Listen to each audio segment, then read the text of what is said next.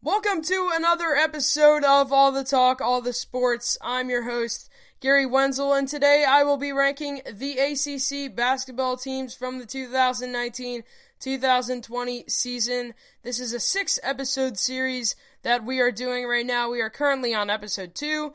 We ranked the Big Ten basketball teams about 2 episodes ago. You can find that episode on YouTube, Spotify, and Spreaker. So, without further ado, let's get right into This Day in Sports History segment. So, today is May 4th, and this day in sports history, the first legal Sunday baseball game happened in New York City with 35,000 fans in attendance watching the Phillies defeat the New York Giants by a score of 4-3. Also, the 23rd, 24th, and 25th Kentucky Derby race. The races were on this day in sports history. That wraps up our This Day in Sports History segment. So let's get right into ranking the ACC basketball teams from the 2019-2020 season. Coming in at number 15, we have the Wake Forest Demon Deacons. My family's going to be mad at me for this one. My cousin actually goes to Wake Forest. She's graduating this year. I have them coming in at number 15. A terrible season for the Demon Deacons. They're not really a basketball school, but they could do better with their season, as they had a record of 6-14 in conference play and 13-18 in overall play down in Winston-Salem.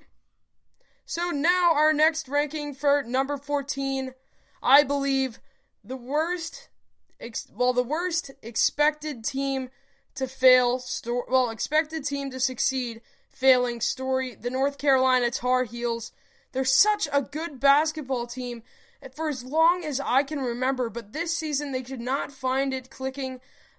They started off really good at having a UNC-type season, but they fell down eventually. They defeated the Michigan Wolverines, a great Big Ten basketball team, early in the season. And then after that win, their season just went downhill fast. And I don't know what happened there in Chapel Hill, but I'm sure Dean Smith will figure it out and come back next year and hopefully just have a better season than this one. They have a lot of young players in Chapel Hill, but nothing clicked. They went 6-14 in ACC basketball play and 14-19 overall. Number 13, was the the Pittsburgh Panthers. My family's also going to get mad at me at this one because I have my other cousin goes to Pitt right now. She is currently a freshman at Pittsburgh. They went 6-14 in ACC play, and they went 16-17 in league play. Those are they're definitely the worst 3 basketball teams in ACC. Everyone up from here on the list was competing with each other, winning games, and that's what I love about ACC basketball is you're never going to know who's going to win when you see a matchup on just a random night. So with that being said, at number 12, I have the Boston College Eagles out of Chestnut Hill, Massachusetts. They went 7-13 in ACC play and 13-19 overall. They defeated the Virginia Cavaliers in their home court up there in Massachusetts, the most far north team in the ACC. That was by far their best win. A decent season for the Eagles, looking to bounce back and stay on the radar. Next on the rankings for number 11, I have the Miami Hurricanes. They used to have a good program over the past couple years. They've been starting to gradually fall down from the top rankings. They were 7-13 in ACC play and 15-16 in overall play. Not a good season for the Miami Hurricanes in Coral Gables, Florida. Moving on to number 10, the top 10 coming up here. We have the Virginia Tech Hokies out of Blacksburg, Virginia. They had a decent season. they're just a fighting team down there in Blacksburg. They're always competing, always staying in games. Their record didn't show for it, though. They went 7-13 in ACC play and 500 in overall play at a record of 16-16. Moving down to number 9, we have a basketball school in Clemson. They went 9-11 in ACC play. A good season for the Clemson Tigers on their basketball standards, being a football school. They also went 16-15 in overall play. .516 overall percentage record. That's really good, above 500. That's a good season for Clemson basketball. That program is on an uphill trend. I'm sure they're happy about what they're doing down there in Clemson. Coming in at number 8, we have the Syracuse Orange, a team similar to Miami, as we were discussing earlier. Over the past few years, been on a slow, gradual trend downwards. They went 10-10 in ACC play and 18-14 in overall play. Still a pretty good overall record for Syracuse, but not the best season that they would like to have.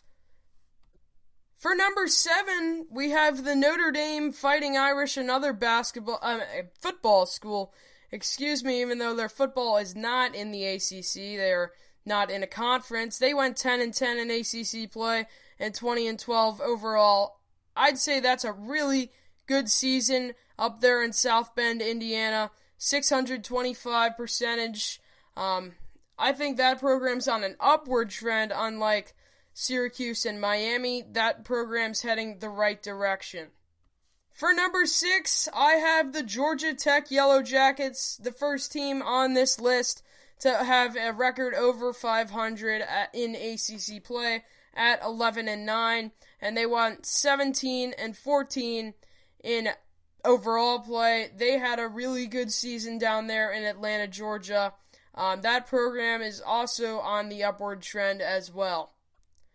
Coming in at number 5 to break our top 5, we have the North Carolina State Wolfpack. They went 10-10 in ACC play and 20-12 in overall play. They had a great overall season. They competed. That program's on an upward trend as well.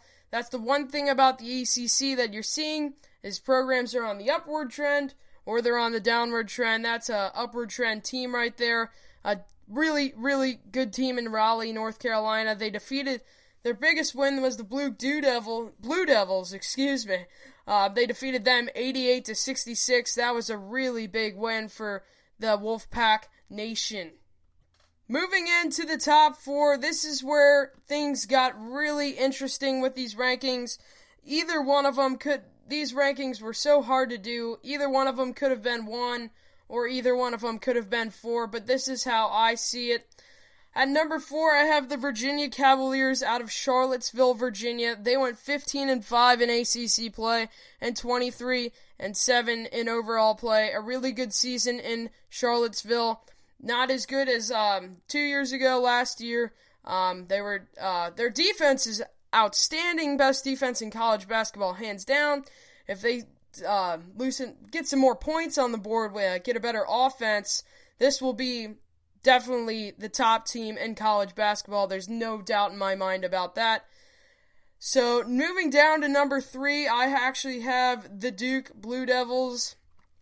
They went 15-5 in ACC play and 25-6 in overall play. They had a really good season, as expected. Duke, a top team in college basketball, probably a top 5 team overall, in my opinion. The only reason they were not over the next team was because the next team defeated them in a head-to-head competition.